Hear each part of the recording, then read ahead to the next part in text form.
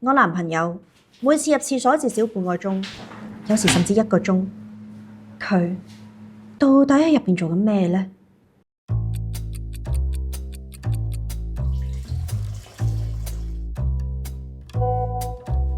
我而家得閒啊，我遲啲方便再揾你啊。方便？方便揾邊個？幾時開始咁注重外表㗎？佢以前從來都唔噴香水喎，唔通佢係為咗見第二個？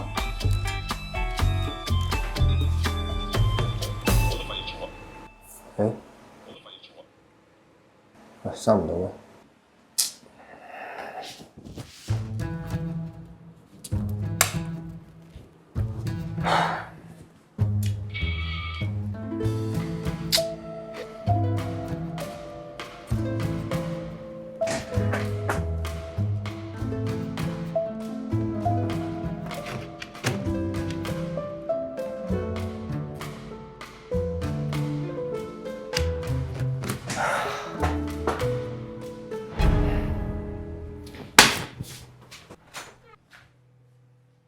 你喺度做咩啊？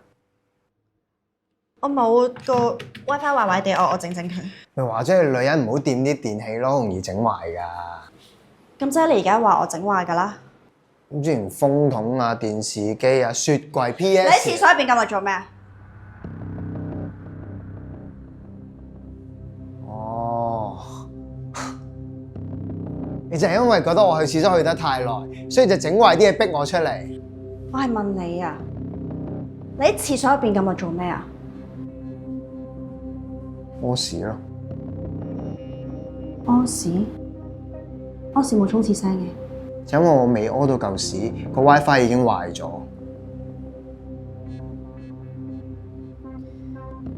其實你係咪有嘢瞞住我？如果你覺得我有嘢瞞住你嘅，你唔係應該直接問我咩？你點解要整壞個 WiFi？我而家問你，你係咪有嘢瞞住我？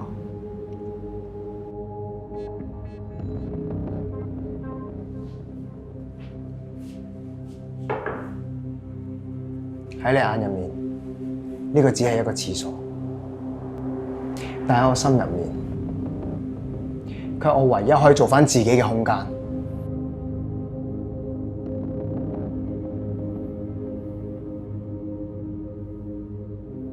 想知啲咩？